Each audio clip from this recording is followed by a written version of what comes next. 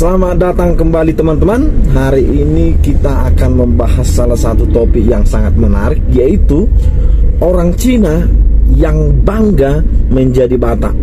Sekali lagi, orang Cina yang bangga.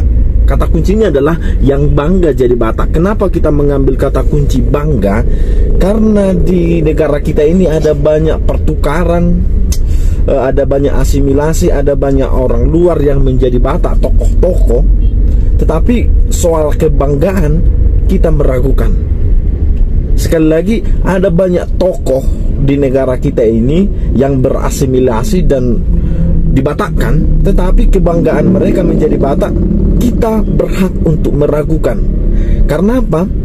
Karena setelah mereka Batak, marga itu tidak pernah mereka pakai, hanya untuk kepentingan politis barangkali atau bisnis.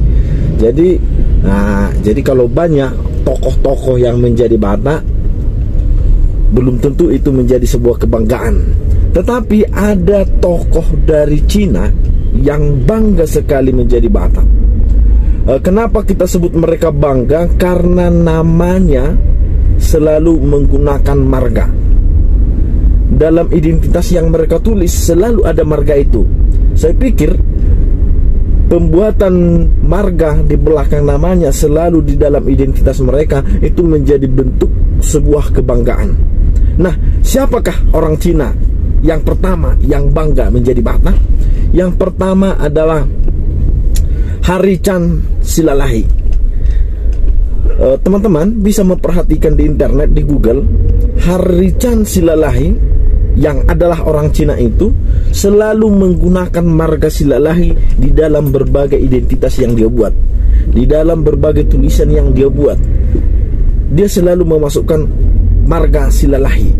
Saya pikir ini adalah sebuah kebanggaan bahwasanya Harichan bangga menjadi seorang Batak dengan menggunakan marga Silalahi.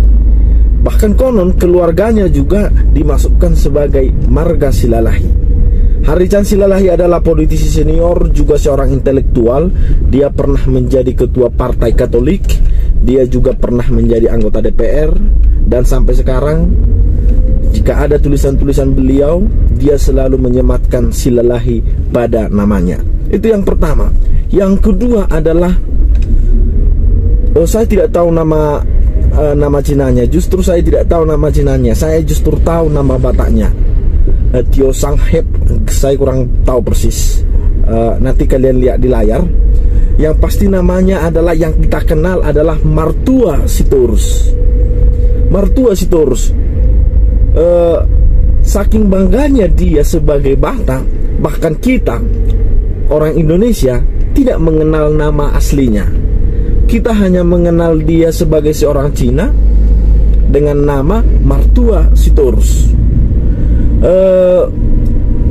Mengapa saya katakan Martua Sitorus bangga sebagai Batak? Karena dia memang bangga menggunakan kata itu, menggunakan nama Martua itu. Jadi dapat dikatakan bahwasanya Martua Sitorus sangat bangga menjadi Batak.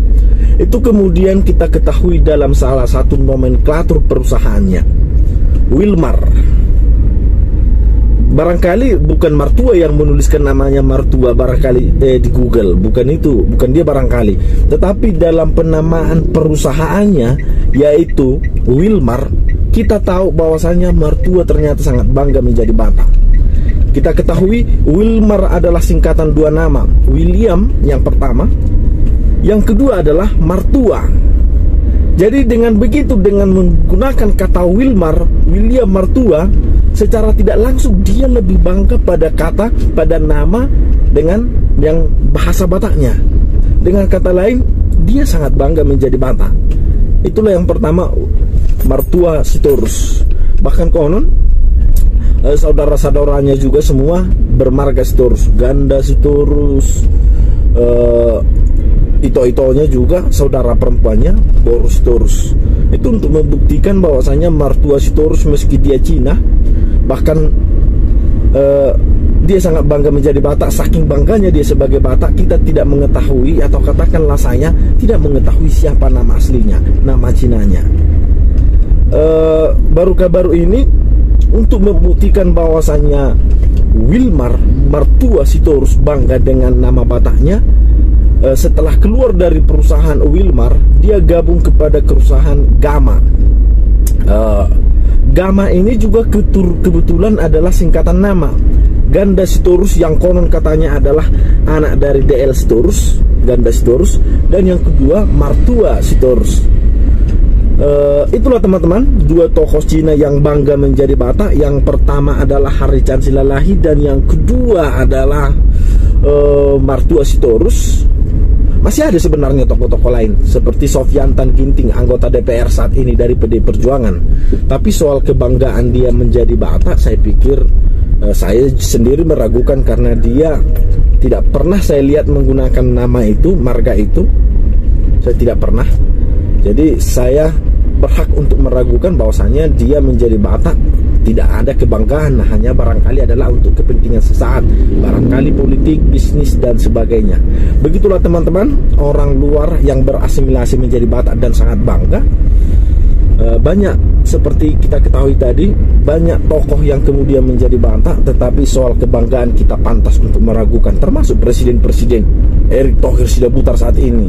Juga yang baru-baru ini juga terjadi seorang menteri yang dari pariwisata, Sandiaga Uno. Tapi soal kebanggaan kita meragukan. Nah, itulah teman-teman pelajaran kita hari ini, bahwasanya orang luar saja bangga menjadi Batak. Bagaimana kalau kita? Horas.